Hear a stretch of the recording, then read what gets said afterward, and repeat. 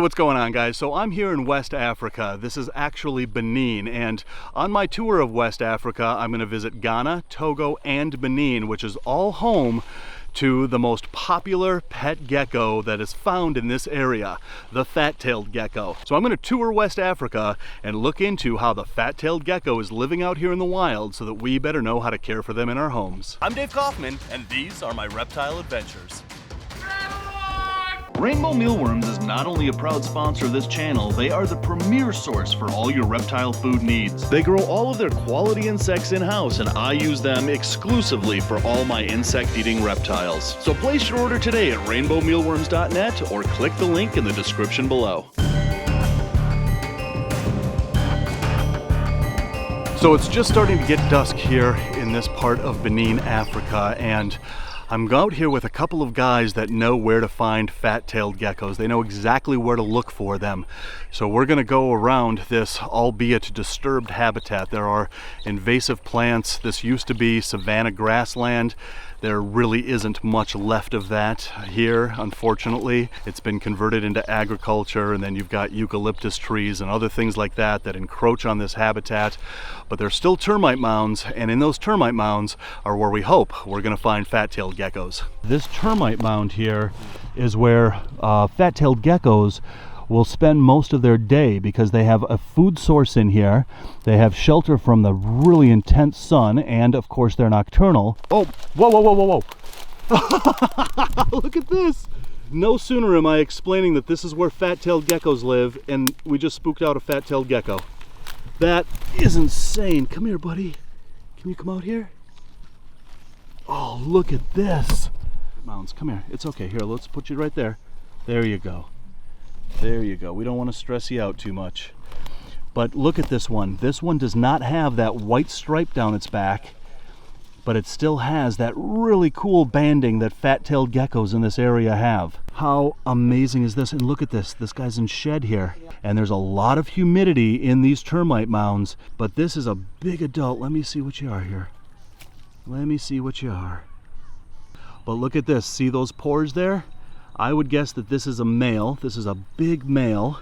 Fat-tailed geckos are in the Eublepharis family of geckos, and they are more commonly known as eyelid geckos because they are the only geckos in the world that retain movable eyelids. These are ground-dwelling geckos, and therefore they lack those specialized toe pads found in other geckos. So the fact that they have movable eyelids, terrestrial habits, unspecialized feet, and a few other skeletal characteristics, these eublepharid geckos or eyelid geckos are amongst the most primitive geckos in the world. Eublepharid geckos or eyelid geckos are found all over the world, and the species that are scattered all over the world remain remarkably similar to one another. There are 23 species, including, of course, these fat-tailed geckos, but it also includes leopard geckos and American banded geckos as well. These fat-tailed geckos are found in a variety of habitats, from wet and dry savanna habitats to rocky outcroppings further north where it's much more hot and humid.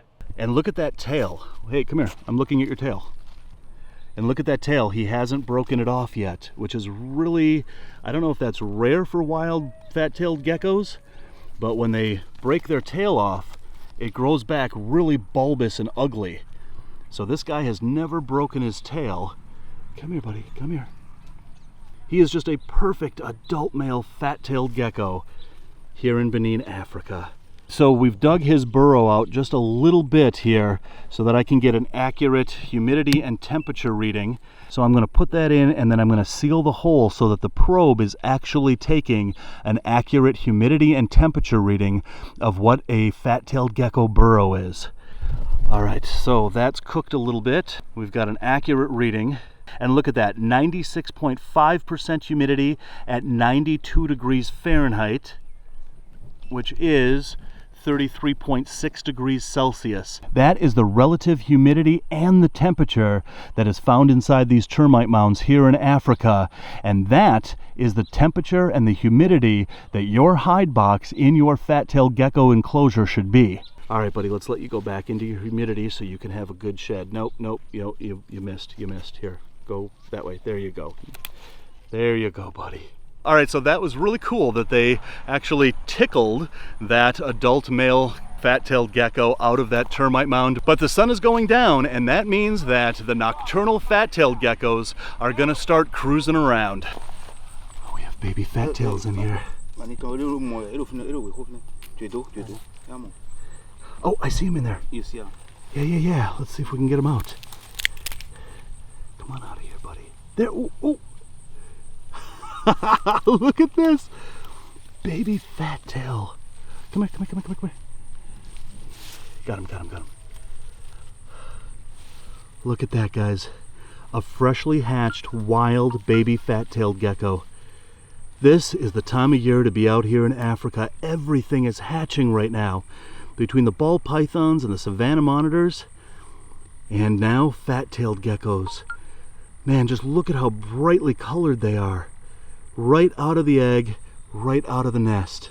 African fat-tailed breeding season only lasts for about 5 months or so, usually starting in November, and it goes on until March.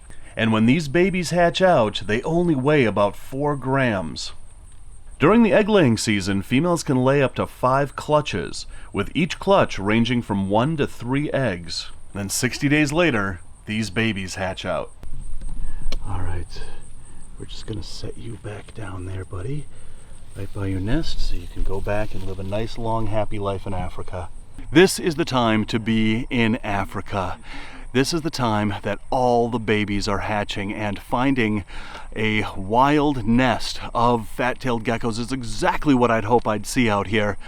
And man, that is absolutely awesome. So this is actually a buried termite mound, and the fat-tail eggs are being laid in these termite mounds.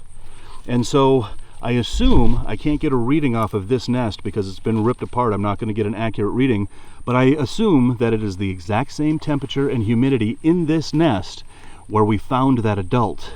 But again, this is a wild fat-tailed gecko nest right here, and it looks like we're a little too late. That looks like the last guy out, but multiple females will actually utilize nests like this. So it's not like one female comes along and lays a couple of eggs in here and then moves on.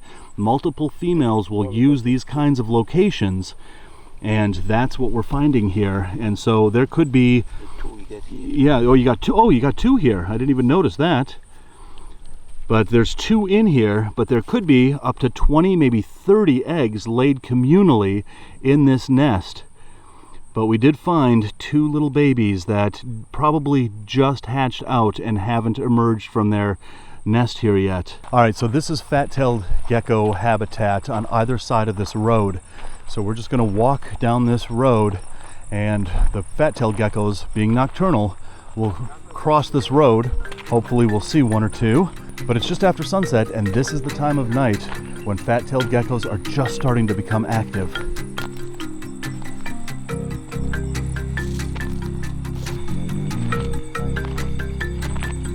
Okay, that is absolutely not fat-tailed gecko habitat. Ew.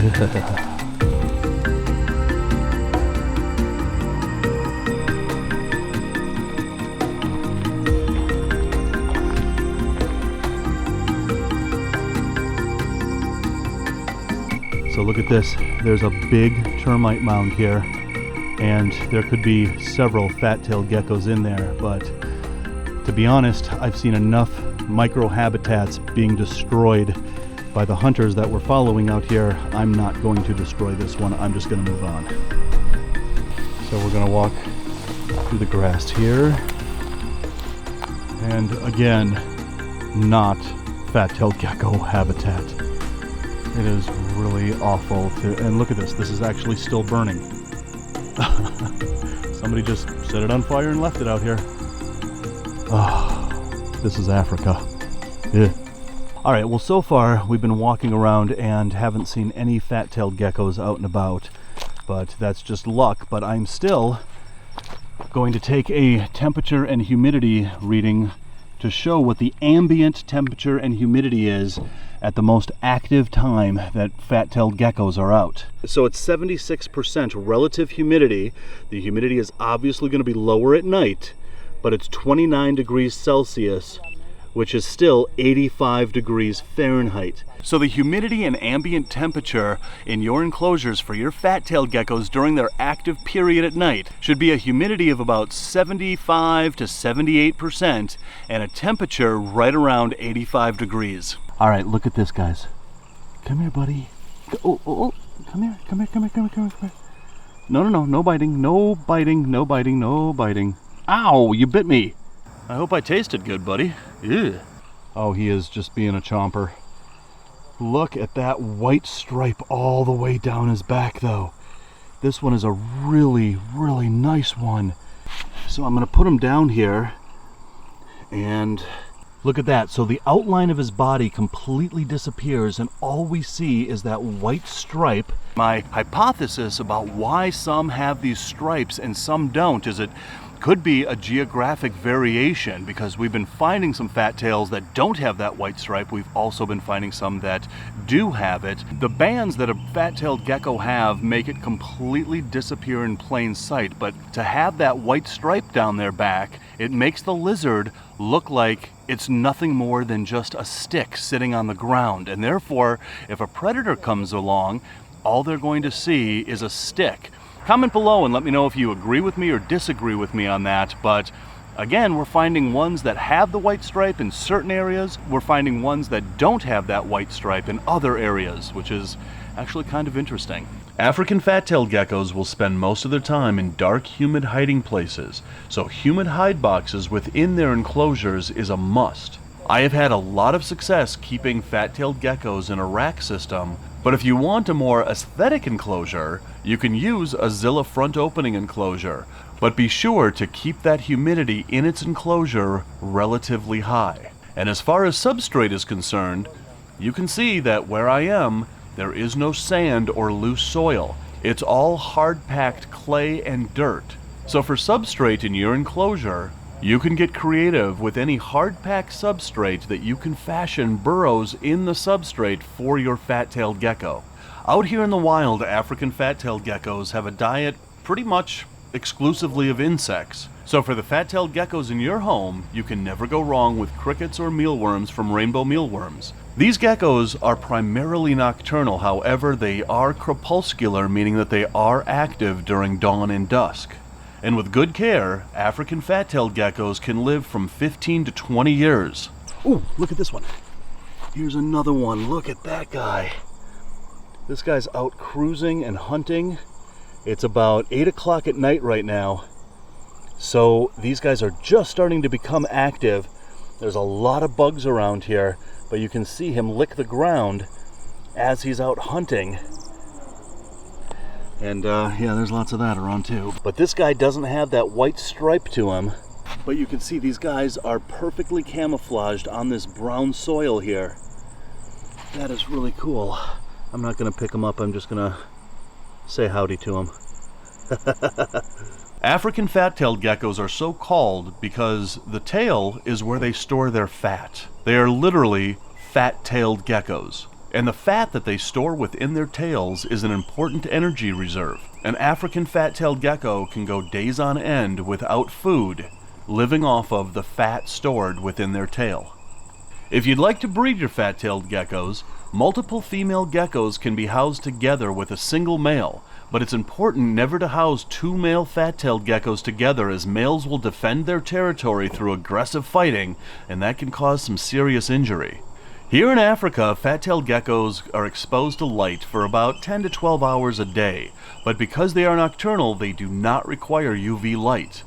But having said that, I would provide them with a light so that they have a day and night cycle. So guys, it isn't hard to see why African fat-tailed geckos are gaining in popularity all the time. They are really awesome geckos. I have a few of them myself and I absolutely love them. So as always with the In the Wild series, leave a comment below with a tip or technique on how you guys are keeping African fat-tailed geckos so that other people can learn from you as well. And until the next reptile adventure from out here in West Africa, love the planet, feed your reptile obsession, and rattle on.